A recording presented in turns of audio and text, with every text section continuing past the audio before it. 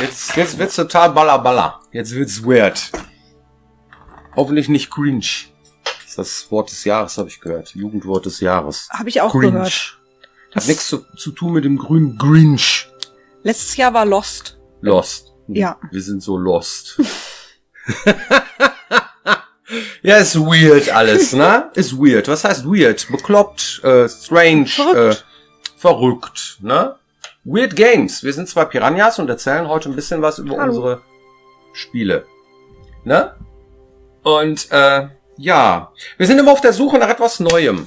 Wenn wir Spiele uns aussuchen. Mhm. Wir Gamers, ne? Und, aber wie wichtig sind Unique Features und verrückte Ideen wirklich?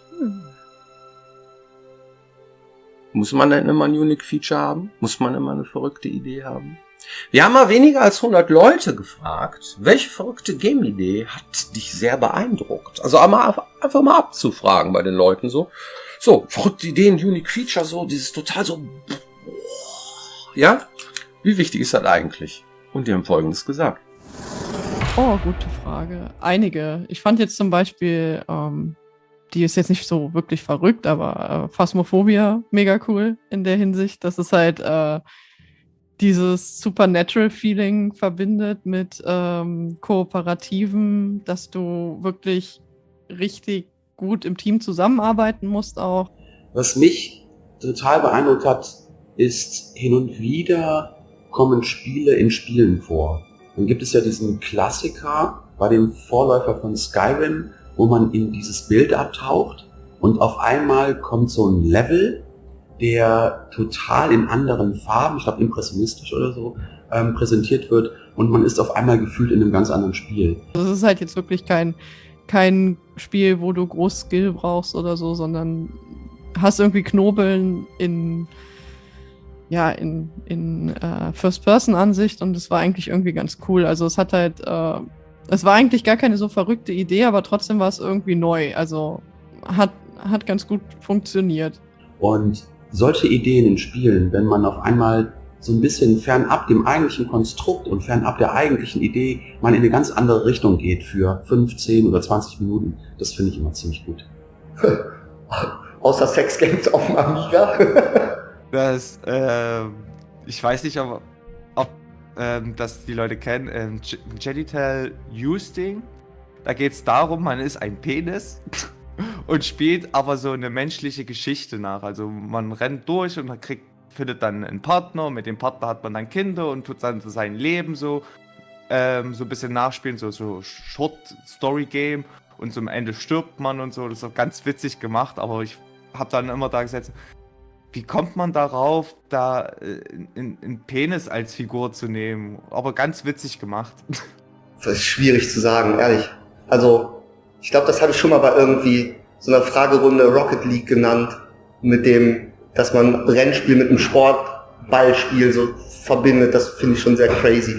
Aber ansonsten, es war vielleicht noch nicht so das dabei, was mich so nachhaltig aus den Socken gehauen hat. Und genauso fand ich jetzt es faszinierend, jetzt nach so langer Zeit, jeder kennt Takeshis Castle und dann gibt's jetzt ja Fall Guys und das fand ich einfach irgendwie auch so witzig, dass man, wie krass dieses Spiel einfach abging dann auch. Ne? Jetzt, ich meine, Corona hat halt auch viel geholfen bei solchen Spielen dann. Die Leute wollten sozial Dinge zusammen machen, konnten aber nicht und dann war das natürlich die erste Anlaufstelle. Mich haben viele Spiele beeindruckt, aber mit wahnsinnig tollen Ideen glänzen in jüngster Vergangenheit nicht mehr so viele. Deswegen möchte ich da jetzt auch keins hervorheben, weil mir auch gerade kein gutes Beispiel einfällt. Ja, es gibt halt viele Menschen, die können sich nicht mal so richtig irgendwie... da fragst du mich was. Eigentlich hat mich in den letzten Jahren so gar nichts mehr beeindruckt, hört man sehr häufig. So gar nicht. So, ich weiß gar nicht. So, ja, da gibt's so, ja, aber irgendwie. Zugegebenermaßen ist das ja auch eine gemeine Frage, ne? Wenn man vorher nicht lange genug drüber nachgedacht hat. Naja. Aber das bedeutet ja im Umkehrschluss auch, dass nichts hängen geblieben ist. Dass nichts auf Anhieb hängen bleibt. So, ne? Ach, vielleicht hätte ich mich ja vorher darauf vorbereiten sollen auf die Fragen. Ja, aber das ist doch nicht der Punkt. Du sollst dich ja nicht vorbereiten. Es soll schon im Affekt sein, so, ne? Wir machen unsere Sendung hier auch im Affekt, so. Sie hat zum Beispiel vorhin diese Fragen hier und das Thema eigentlich gar nicht. Ach so, das mal so, ja, ja. Und dann kommen meistens auch so wie ein Selbstauslöser-Fotos. Kennst du das? Das sind immer die schönsten Fotos. Wo ist denn die Kamera so blitz? Ach so, da. Ne? Ja? Ja, oder? Heißt im Affekt so, wenn du sagst, so, was war die was fandst du denn so toll? Und da kommt dann nichts, dann ist es auch nicht hängen geblieben. Dann hast du auch nicht das Gefühl, so irgendwie, boah, das hat mich aber total, so, ne? Man erinnert sich, hat viel mit Nostalgie zu tun, an das erste Mal zocken und wie das Gefühl war, als man erste Mal irgendwie virtuelle Welten und so. Total verrückte Idee. Man geht so durch Gänge irgendwie, als wäre man wirklich da. Das ist heute völlig normal. Das ist so wie bei den Social-Media-Plattformen, irgendwie sein Essen zu fotografieren und hochzuladen. Bedeutet aber auch, das hat nichts mit meinem Lieblingsspiel zu tun. Weil wenn du die Leute fragst, was spielst du besonders gerne? Oder was hast du besonders häufig gespielt? Oder was hat dir am besten gefallen? Dann kommt was. Aber wenn du sagst, was Besonderes, was ist das, verrückt? Ne? So, was hat Dann, dich so beeindruckt? Was? Ne? So, das bedeutet das im Grunde genommen zwei Dinge. Entweder es gab nichts, das ist alles nichts Besonderes.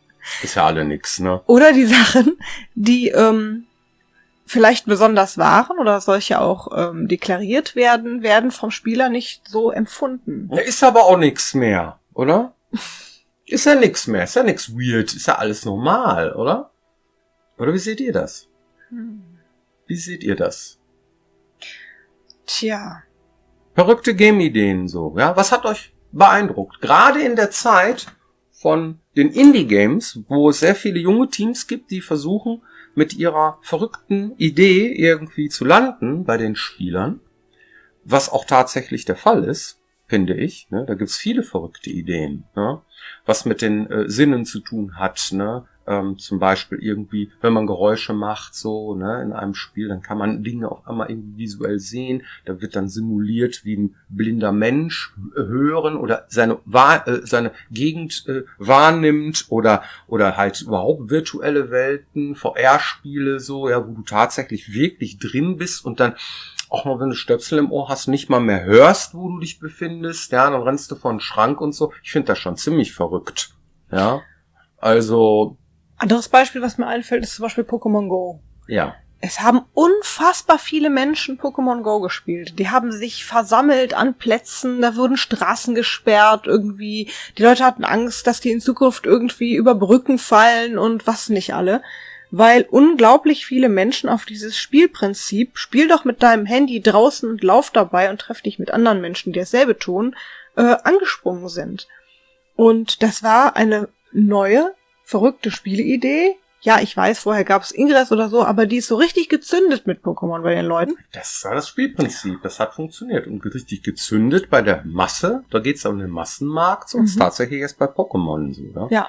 Und die Leute, die uns gesehen haben, wie wir mit unseren Kabel, in der Arschtasche hatten wir natürlich unseren dicken Akku, ne, und dann darum die haben uns alle für bekloppt gehalten. Die haben sie doch nicht alle. Was machen die denn da? Ja, die fangen Monster. Ja, wo denn? Ja, hier. Wie? Ja, so im virtuellen Raum. Virtueller Raum. Jetzt geht's los. Ja, die Leute haben teilweise sogar Angst gekriegt, ne? Das muss verboten werden hier, ne? Was ist das denn hier für eine Demo? Ja. Unverschämtheit, alle leben nur noch irgendwie mit den Handys und so, ne? Dann war das eine Zeit lang Trend. Die sind doch so bekloppt, die rennen doch von Marterpfahl, wenn sie da auf sind. Das sind doch Zombies, Smartphone-Zombies alle. Jetzt ist vorbei. Jetzt haben wir alle kollektiv das Gehirn an der Garderobe abgegeben. Brains. Das ist doch verrückt? Oder ist das nicht verrückt? Alle lost. Also, kommt drauf an, aus welcher Sicht man das sieht, ja. Was ist verrückt? Tja. Wir, ja, die schon sehr viele Spiele gesehen haben, ja, und tatsächlich auch alles mögliche Gefühl schon mal da war, ja, mag das vielleicht normal sein, ist es aber eigentlich nicht, ne? Und das ist halt so, was ist eine verrückte Spielidee? Du hast mal was Schönes gesagt. Oh. Mhm. Und zwar, wenn man zwei Dinge, die augenscheinlich nichts miteinander zu tun haben, zusammenpackt und etwas Neues daraus kreiert, dann ist das eine originelle Idee. Ja, genau. Und das ist etwas, was wir eigentlich häufig tun. Ne? Wir nehmen einfach etwas, was überhaupt nicht zusammenpasst, packen es zusammen und dann haben wir was Neues. So, ne? Wie die Realität und irgendwie kleine Pokémons. So, ja, als Entwickler. Obwohl ich finde das schon ein Extrembeispiel, weil in der Regel, wenn man jetzt mal in die Sparte der ganz normalen, was weiß ich, PC-Spiele guckt, ne, dann haben die ja auch immer was Neues. So, man erwartet irgendwie innerlich von einem Blockbuster-Titel, dass der dann auch irgendwie was Tolles, Neues, Verrücktes erfunden hat. Aber das muss ja gar nicht irgendwie eine bahnbrechende Neuerung irgendwie sein, wo jeder denkt, Mensch, das hat's ja noch nie gegeben. Da hat jemand das Internet erfunden, ja? Das geht ja wieder weg, habe ich gehört. Das ist natürlich ist nur eine Phase. ein bisschen Bald wieder extrem. vorbei mit Internet. Das ist halt auch der Muschenkram da. Ne? Mhm. So cringe. Und diese kleinen originellen Ideen, wie zum Beispiel, wir haben damals hier gesessen und haben Lego gespielt, also im Computer. Und da gab es diesen kleinen Iron Man, der durch die Gegend geflogen ist und dann so, boah, geil. Das macht ja voll Bock, mit dem durch Manhattan zu fliegen und so. Und der lässt sich auch total geil steuern irgendwie. Wäre das nicht cool, wenn man sowas auch in einem Rollenspiel machen könnte? Und dann war die Idee geboren fürs Jetpack. Die ist also im Grunde genommen nicht neu. Aber die Kombination ist neu, die in einem Open-World-Rollenspiel zu erlauben. Weil dann jeder sagt, ja, das geht ja gar nicht. Wie willst du das denn machen? Dann kannst du ja über die Monster wegfliegen und über den Loot und über die NPCs. Gab noch ein grundsätzlicheres Problem mit dem Elex-Universum, das die Menschen hatten mit unserem Spiel. Das war nämlich das Setting. Ja. Die verrückte Idee zu versuchen, ein Robot-Fantasy-Spiel in einem Hybrid-Setting unterzubringen. Ja. À la Piranha Bytes. Das heißt, irgendwie, der Arbeitstitel von Elex war am Anfang Evolution. Ja, damit wollte ich zum Ausdruck bringen, dass ich im Grunde genommen einen Querschnitt durch die ganze zeitlichen Epochen der Menschen irgendwie da abbilden möchte und daraus dann entsprechende Gilden und Gesellschaftsstrukturen ableiten möchte. So, und dann möchte ich gucken, wie funktionieren diese Mechanismen, die wir als Piranha Bytes irgendwie zugrunde gelegt haben, über diese ganzen Jahre mit unseren Spielen, mit den Fraktionen, ne, die man kennenlernen muss und so weiter. So, ja. Und das kam dann irgendwie, ja, wie sollen denn die Typen mit Pfeil und Bogen dagegen die Sturmtruppler, das mit Laserkanonen, das funktioniert ja vorne und hinten nicht. Das ist mir zu weird. Das ist zu verrückt. Ja. Oder vielleicht einfach nur Scheiße. Ja, weil weird ist nämlich manchmal dann ziemlich, stößt man dann sehr auf Ablehnung bei sowas, ne? Ja, das ist nicht verrückt, das ist einfach nur doof, so, ja? Wir fanden das eine gute Idee, ne? Wir war verrückt und wir mussten die auch erstmal überhaupt an Mann bringen, das heißt, oder an die Frau, das musste man halt irgendwie mal zeigen den Menschen und in dem Moment, wo Gronk gespielt hat, das Spiel einmal, dann kamen auf einmal Leute zu uns und haben gesagt, ach, jetzt kann ich mir das vorstellen. Dass es einmal gesehen haben, wie es aussehen soll. Das stimmt, das ist interessant, aber es bedeutet auch eine große Chance. Also ich hatte jetzt die Tage noch gelesen, als ich so Fragen rausgesucht hatte für diese Folgen, dass einer geschrieben hat, ach, ich habe gar keine Kinder, ich kann damit gar nichts anfangen, dass es jetzt Kinder im Spiel gibt. Und dann habe ich gedacht, jo, weil das überhaupt gar nicht wichtig war. Denn wenn du verschiedene unterschiedliche Dinge anbietest, dann kann der Spieler ja auch selber entscheiden, womit er sich beschäftigt. Wenn er lieber irgendwie Oldschool mag, dann geht er halt zu den Berserker. Muss sich ja nicht den Klerikern anschließen, sag ich mal so. Für uns ist es weird genug, Ja. dass wir Kinder eingebaut haben. Das kann ich euch versichern. Weil es ist nämlich so, das Erste, was der Harry gesagt hat, so, oh Gott, wie schreibt man die denn? So, ja. Ich kann doch nur Arschgeigen, so, ja. Und ja, war so, ja. Und Arschgeigen, ja, Arschgeigen in der Welt, ne, die dich für ein Hutband umbringen, da kennen wir uns aus. Aber Kinder, wie funktioniert das? Das hat er mittlerweile ein paar richtig coole geschrieben. Absolut, absolut, ja, das macht total Spaß. Und Aber da musste man sich erst reinfinden. Das war für uns total fremdartig und ja, weird. Wirklich verrückt, so, weil wir wollten auch nicht, dass die Kinder, die wir ins Spiel eingebaut haben, tatsächlich so dominant das Spiel beherrschen, ja, weil da kriegen wir nämlich sofort die Fragen von euch. Wie ist das denn jetzt? Kann man ein Kind dann angreifen? Kann es selber angreifen? Kann man es dann umbringen? Wie ist das denn? Wie seht ihr das denn mit der Altersfreigabe und bla und so weiter? Und da wurde uns ziemlich schnell klar, als wir darüber nachgedacht haben, dass die Kinder, wenn wir sie im Spiel haben, nicht so einen großen Einfluss auf das Gameplay haben dürfen. So, das heißt, Kinder dürfen einfach einige Dinge gar nicht. Zum Beispiel mit Kämpfen. Ja? Das ist einfach so. Und das heißt, wenn man nicht möchte, wenn man sich dann nicht mit beschäftigen möchte, muss man das auch nicht. Das war uns ganz wichtig. In erster Linie sind sie vor allen Dingen eine atmosphärische Bereicherung. Ja. Ne, sie machen die Welt plausibler und deswegen möchten wir sie auch gerne haben. Ne, weil eine Welt ohne Kinder gibt's ja eigentlich nicht. Stört auch nicht, weil es ein Computerspiel, das akzeptiert der Spieler. Da Ne? es gab ein paar denen, das tatsächlich auch gestört. Ja, es war halt schade, ne, dass es bisher nie möglich war. Aber jetzt haben wir sie drin und jetzt geht es und damit bereichert das natürlich auch das Universum. Ne? Also einfach vom Gefühl her. Ne? Das ist alles so mehr wie so soll. Das in erster Linie. Und dass man dann natürlich auch noch ein paar coole Quests dazu machen kann, liegt ja dann auf der Hand, wenn du sie schon hast. Dann machst du natürlich auch ein bisschen was damit. Aber deswegen geht das Spiel jetzt nicht um Kinder. Das Spiel geht um was anderes. Ich habe mal so ein paar Sachen aufgezählt, wo ich glaube, dass es verrückte Ideen sind oder waren. So, ja? Und mal so versucht, was hat mich denn so? Ne? Überhaupt vorbereitet. Ja, so ein bisschen. Virtuelle Welten aller Art fand ich weird. Fand ich verrückt, weil allein so Settings, gibt ja alles mögliche, ob du im Wilden Westen bist oder ob du jetzt irgendwie Mafia spielst oder ob du GTA spielst ins Los Santos oder ob du jetzt, keine Ahnung, tatsächlich Fantasy mit Elfen und Zwergen und so weiter. Ja, also das fand ich schon verrückt, tatsächlich in diese virtuellen Welten einzutauchen. Ne? Wer von euch hat Doom gespielt damals? Ja, und fand das total wow. Gibt's verdammt viele da draußen, ja, oder Quake, oder das einzig Wahre ist natürlich Duke Nukem und so weiter. Ja, da gab's halt unterschiedliche Settings und so, aber das hat uns schon sehr beeindruckt. Sonst hätten wir es ja nicht gezockt, ne? Wie verrückt. Mein Ding war eher Ultima Underworld. Das sage ich zwar auch immer wieder, aber das hat mich echt total umgehauen, dass man da wirklich in so einer Welt rumlaufen könnte. So, und das, was mich jetzt letztens tatsächlich richtig umgehauen hat, das war Skyrim in VR zu spielen. Das fand ich verrückt. Weil ich habe das Spiel schon mal gespielt. Ich habe es auch schon mal durchgespielt. Und zwar auf dem normalen Weg. Und dann habe ich es in VR gespielt. Das war was völlig anderes.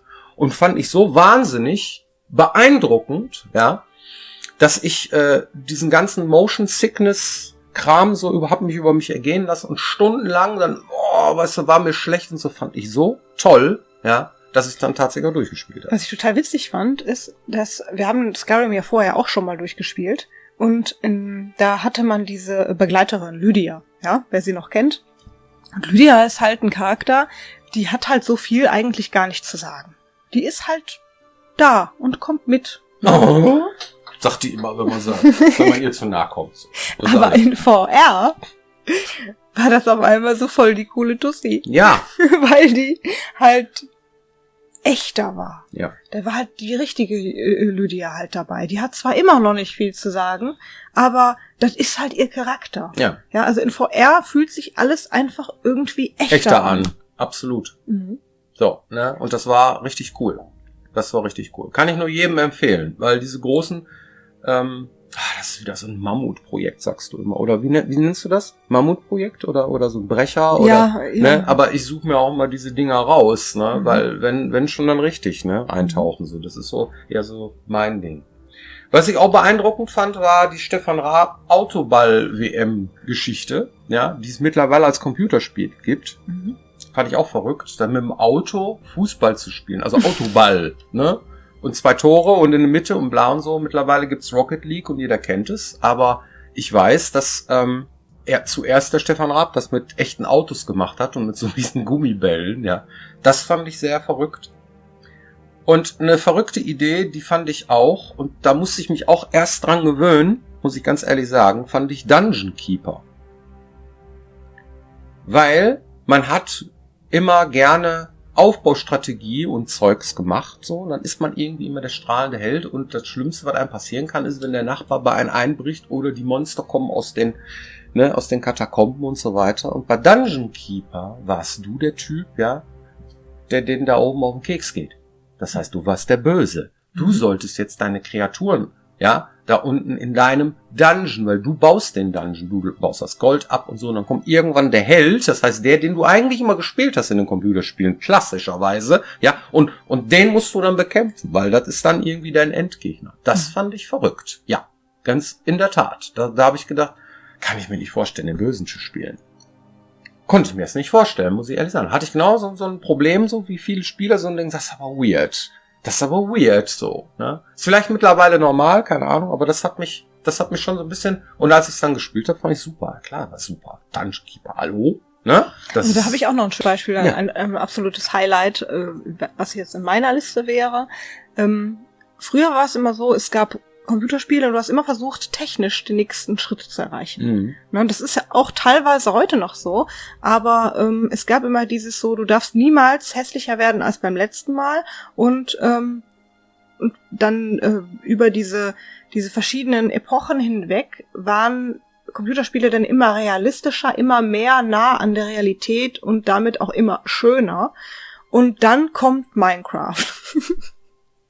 Und Minecraft war alles das weggerockt. Genau, Minecraft war sowas von dermaßen der Straßenfeger. Das ist eine absolute Singularität. Und dieses Spiel hat der Welt im Grunde genommen gezeigt, du darfst ruhig einen Mut zur Hässlichkeit haben. Was ein Spiel braucht in erster Linie. Oder zur Stilisierung, sagen wir mal. Ja. Genau, also das Weil ist so ein geflügeltes Wort. Gibt Ne? noch mehr Beispiele, ja. Es gibt ja auch super viele verschiedene Texturen, Pakete für Minecraft und so weiter. Aber nichtsdestotrotz ist dieses Klötzchenspiel Mit der Klötze, ja.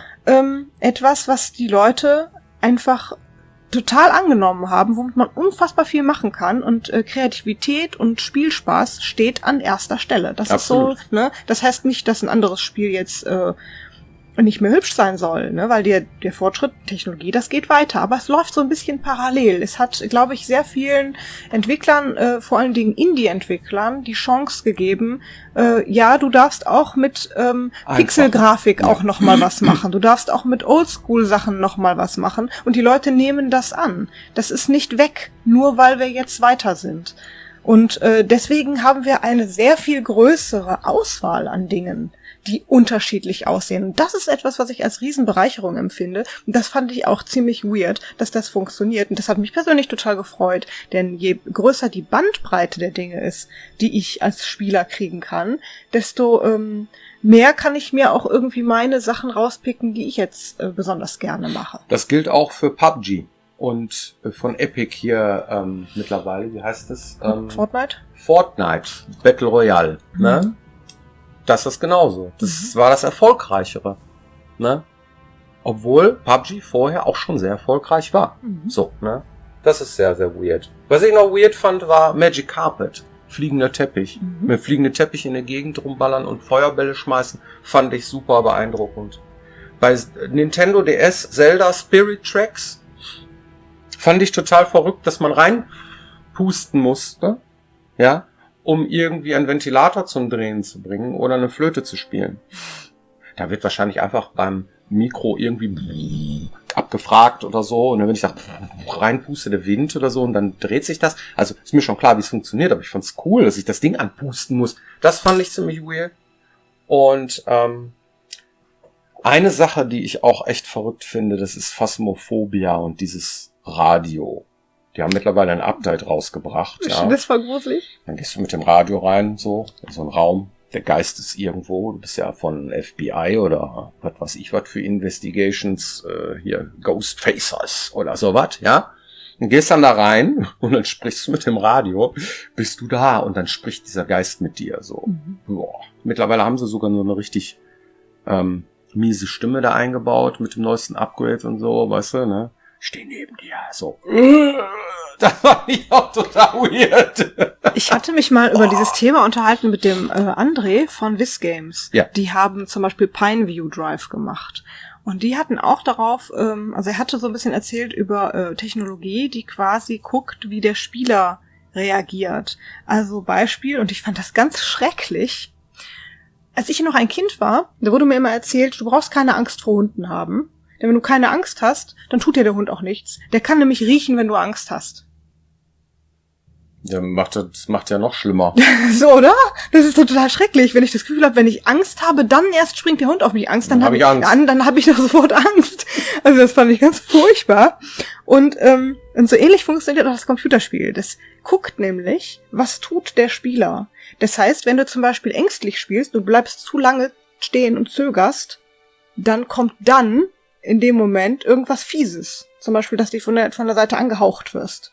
Oder wenn der Spieler zittert und die Maus registriert das, dann weiß das Computerspiel, aha, der Spieler hat Angst. Na, dann würgen wir dem doch jetzt mal einen rein. Also das Spiel reagiert quasi auf deine Verhaltensweisen und potenziert dann dein Verhalten. Ui, und toll. das finde ich auch super mies für ängstliche Spieler. Bevor es ja noch schlimmer wird, hast du eine Community-Frage. Ist weird genug jetzt, glaube ich. Ne? Ja. In dem Zusammenhang fand ich ganz süß. Ich nehme mal die Frage, einfach weil es passte. Und zwar, noch kurze Anekdote, hatte letztens irgendwie in den Kommentaren geschrieben. Das fand ich auch so lustig. Also echt jetzt, wer will denn, dass Kinder im Computerspiel sterben? Das geht ja gar nicht. Das fand ich irgendwie ganz lustig, mir das durchzulesen. So. Und hier gibt's auch noch eine ähnliche Frage. Passt nämlich zu dem, was wir gerade erzählt haben. Da hat nämlich jemand gefragt, kann ich etwas mit den Kindern machen? Also kann ich zum Beispiel mein Kind an- und ausziehen oder kann ich ihm eine Waffe geben? In dem Zusammenhang kann man das natürlich schön beantworten. Nein. Sie werden Geschichten bekommen, sie werden Aufträge dir erteilen können, aber sie werden jetzt nicht so ins Gameplay eingreifen, dass man sich um sie kümmern muss oder sonstige Dinge. Das ist erstmal so. Und vielleicht machen wir mehr da oder so, aber wir finden das, was wir da gemacht haben, schon ziemlich cool. Und lasst euch davon nicht abschrecken.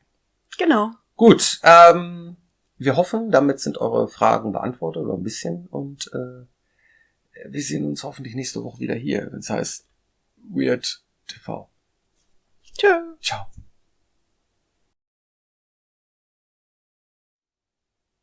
Ah, dieses Gruselzeug, ne? Du spielst auch immer so ein Das furchtbar.